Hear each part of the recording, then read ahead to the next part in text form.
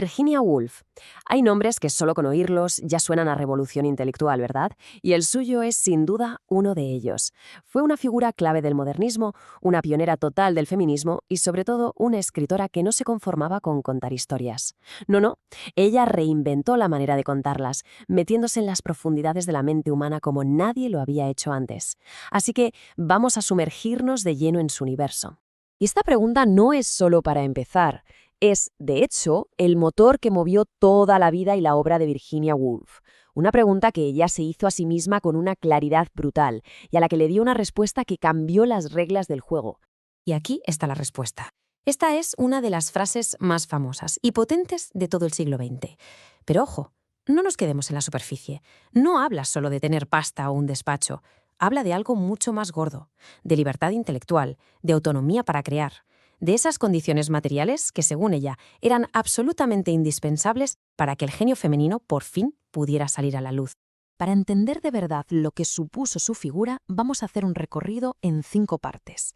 Primero, veremos de dónde sale esa mente tan inquieta. Luego, nos meteremos en el círculo de Bloomsbury, que era algo revolucionario. Después, cómo rompió con todas las novelas de su época. Analizaremos su famoso manifiesto, Una habitación propia, y para terminar, veremos por qué su eco sigue sonando tan fuerte hoy en día. Bueno, pues nuestra historia empieza en Londres, en 1882. Adeline Virginia Stephen, que así se llamaba, nace, digamos, en el epicentro de la élite intelectual victoriana. Su padre, Sir Leslie Stephen, era un historiador y crítico súper conocido. Vamos, que su casa no era una casa cualquiera, era un hervidero de ideas, un salón por el que pasaban las mentes más brillantes de la época. Pero todo este privilegio intelectual tenía sus límites, y esos límites los marcaba el ser mujer. A diferencia de sus hermanos que se fueron a estudiar a Cambridge, a Virginia la educaron en casa. Su verdadera universidad fue la biblioteca de su padre, que era monumental. Allí se leyó a todos los clásicos y fue creando su propia voz, sin las normas rígidas de la academia.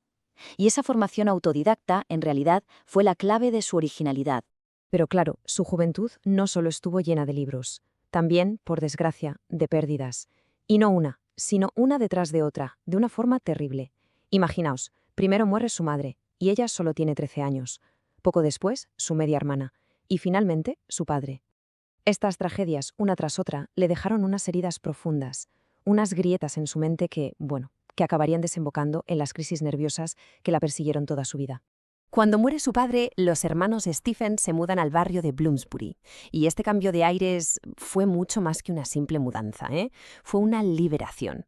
Allí, en su nueva casa de Gordon Square, nació uno de los grupos de intelectuales más influyentes y rompedores de todo el siglo XX. El Círculo de Bloomsbury no era un club formal con carnet ni nada de eso, era más bien una red de amigos y de amantes que veían el mundo de la misma manera. Gente como el economista John Maynard Keynes o el novelista Ian Forster se juntaban para cuestionarlo absolutamente todo, desde la política hasta cómo se relacionaban entre ellos. Y esto que vemos aquí es, básicamente, el manifiesto de una revolución cultural en toda regla. Estaban hartos de la moral estricta, de la hipocresía sexual y del imperialismo de sus padres. Ellos defendían el pacifismo, el feminismo y una libertad en el arte y en la vida que, para la época, era una auténtica bomba.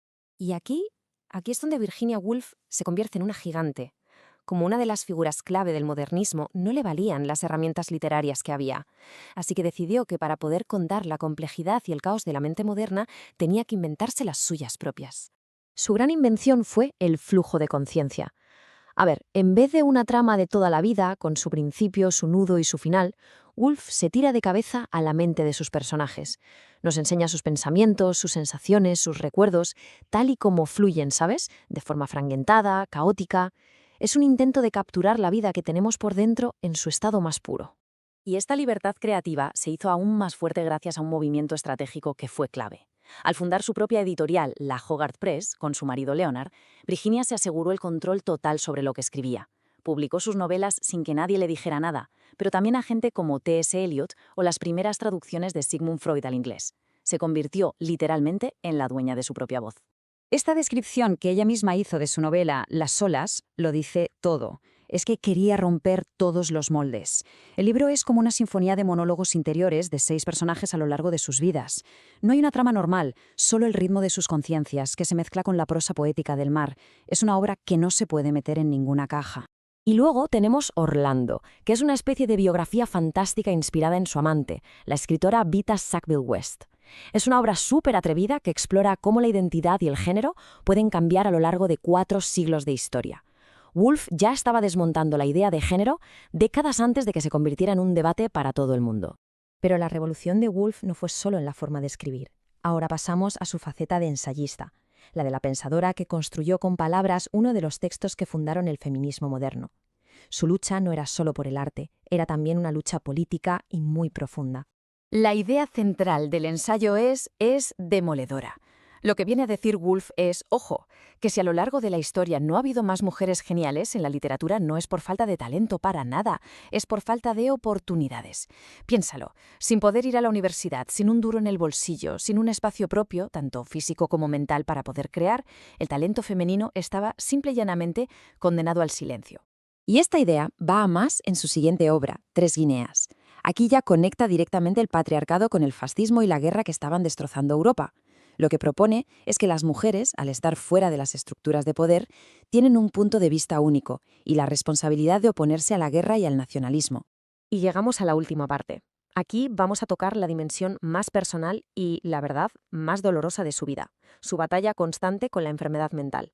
Y cómo, a pesar de ella, o quizá incluso a través de ella, construyó un legado que a día de hoy sigue teniendo una fuerza increíble. Virginia Woolf vivió con lo que hoy los médicos llamarían un trastorno bipolar. Tenía episodios de depresión muy severos y, por otro lado, momentos de una actividad mental casi febril. Es imposible separar su obra de esta lucha. Por un lado, le dio una sensibilidad única para captar todos los matices de la conciencia, pero por otro, le causó un sufrimiento enorme y constante. Al final, las presiones del mundo exterior fueron demasiado. El horror de la Segunda Guerra Mundial, ver cómo los bombardeos destruían su casa de Londres y el miedo a que una nueva crisis le impidiera seguir escribiendo, todo eso la hundió en una desesperación muy profunda. Y el 28 de marzo de 1941 tomó la trágica decisión de quitarse la vida. A pesar de ese final tan triste, su legado es pura luz. No solo le dio una vuelta de tuerca a la novela, se convirtió en un faro para la segunda ola del feminismo, que redescubrió sus libros en los años 70 y la convirtió en un icono mundial. Su influencia hoy es innegable, tanto en la literatura como en el pensamiento social. Y yo creo que esta es la clave de todo. Virginia Woolf demostró que, para cambiar el mundo, la voz de una mujer necesita un espacio desde donde hablar, recursos para poder mantenerse y, sobre todo, la valentía de imaginar nuevas formas de ver la realidad. Su eco no es solo literario, es el eco de una mente que luchó por su libertad y nos dejó las herramientas para que luchemos por la nuestra.